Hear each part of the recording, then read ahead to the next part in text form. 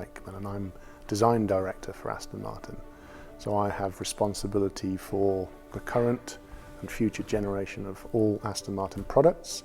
So all the cars, all the sports cars, but any affiliated products, any brand extensions, anytime we decide to do bicycle or look at a stereo system, anything visual that comes from Aston Martin, I have responsibility for.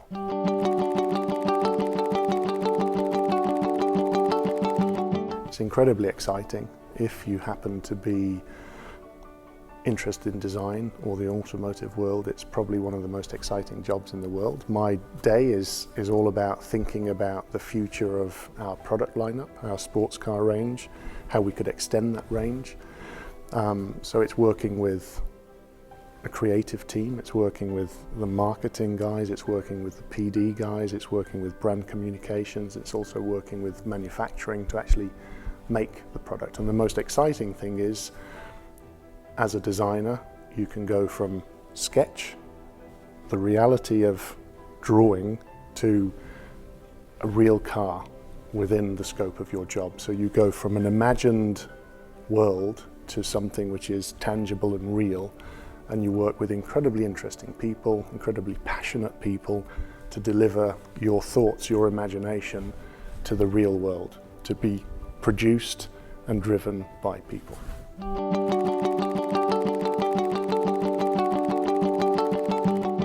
I do believe that any product should have the emotion of a dynamic or beauty or something which captures your imagination. So it is about imagination, it's about creating excitement, it's about creating a visual response from someone. It's about making somebody go, oh, wow, that's beautiful. That really is what we do. We take words, we take feedback from people, we take what people desire and turn that into an object that they find beautiful. And that's really important. And that should happen in any form of design. So I don't like to differentiate between automotive or product design. In any field of design, you're generating an emotion, you're generating excitement.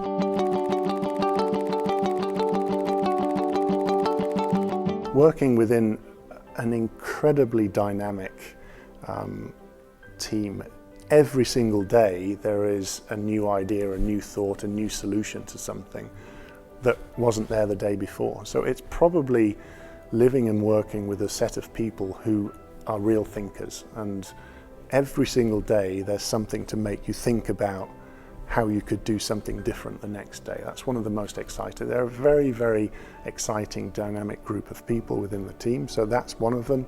And I think the other one would be designing a car for James Bond in Casino Royale, which was pretty amazing to do a car for a James Bond movie.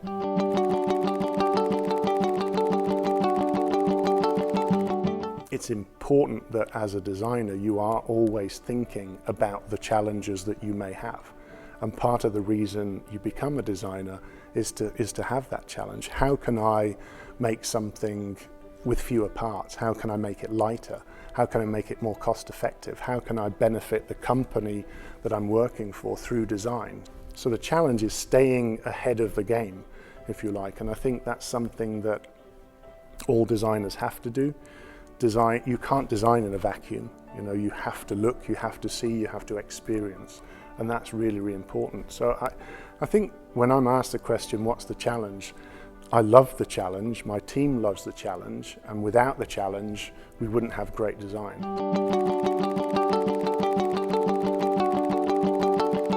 The key skills would be the ability to sketch and communicate your idea. And at the end of that, you want to produce a portfolio so you can show people how you sketch. An investigative mind. I think part of that, I would say, physics is a really, really important core skill of an investigative mind, because it provides you with the question to how things happen, how things are made, what things are made of, and it allows you to investigate how you could use those things in different ways. And that doesn't mean that you need to study physics, it means you have to have that thinking. So those core skills of investigating and almost not being happy with the way something is. So questioning something is also very, very important. I think it's another core skill for a designer is actually to have an understanding of the marketplace, the world that we live in, the world that products are generated in. So it's if you like, a socio-economic understanding as well. But clearly the core skill has to be art and design. Art in terms of, I want to produce something which is different and beautiful and will attract people to this product. And that may be tens of millions of, or it may be one item. And in many ways, design is almost the commercialization of art into products.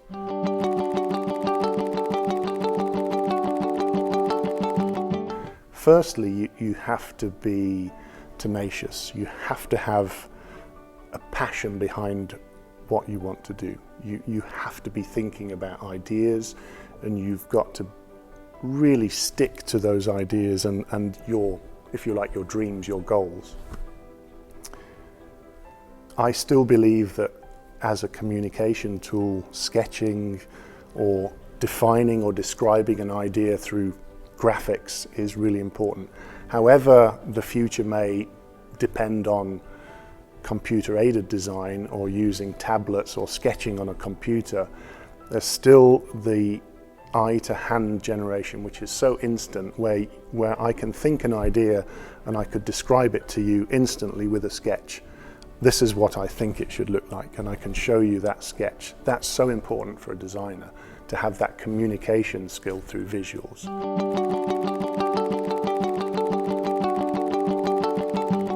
I wanted to learn to be a designer first, so I studied industrial design, which was really important for me to get a basic understanding of the design principles. Whether you think Bauhaus is the way to go, but it was understanding design at the core, at its core element, which is how you create and make something, how you dissect something, then reproduce that product in a different way to make it better.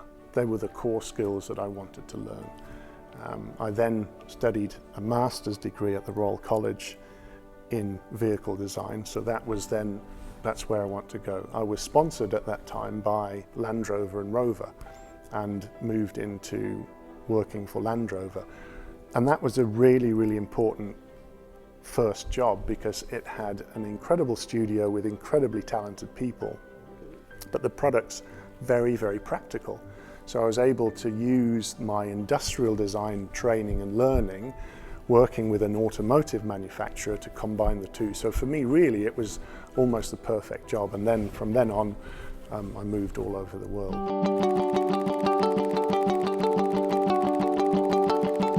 I think the biggest changes within automotive design over maybe the last 10 years are it's embedded technologies, it's connectivity.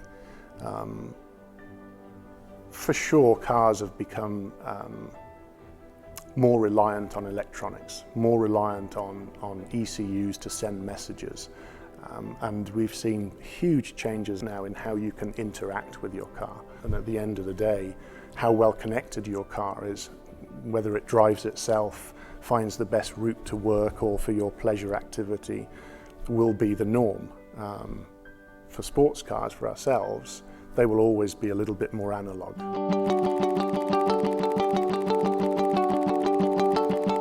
It comes from having a very open mind, having a very broad spectrum to your mind. So architecture, art, dance, theatre, movies, light, travel, all of those things I think are important because the ability that we have as a designer is to create and think about things that don't exist. Therefore, you need to feed that desire, you need to feed that imagination, and the more you travel, the more you look at things, the more you have new experiences will feed your imagination, and that's really, really important. And I think, I get asked a lot, so where do you draw your inspiration? Sometimes we have no idea. You have no idea where the shape, form, idea, thought comes from, but you do know that it was born out of having lots of information go in and something that came out. But effectively, the imagination is is important. I think Einstein's quote was that knowledge is nothing without imagination, and we need imagination.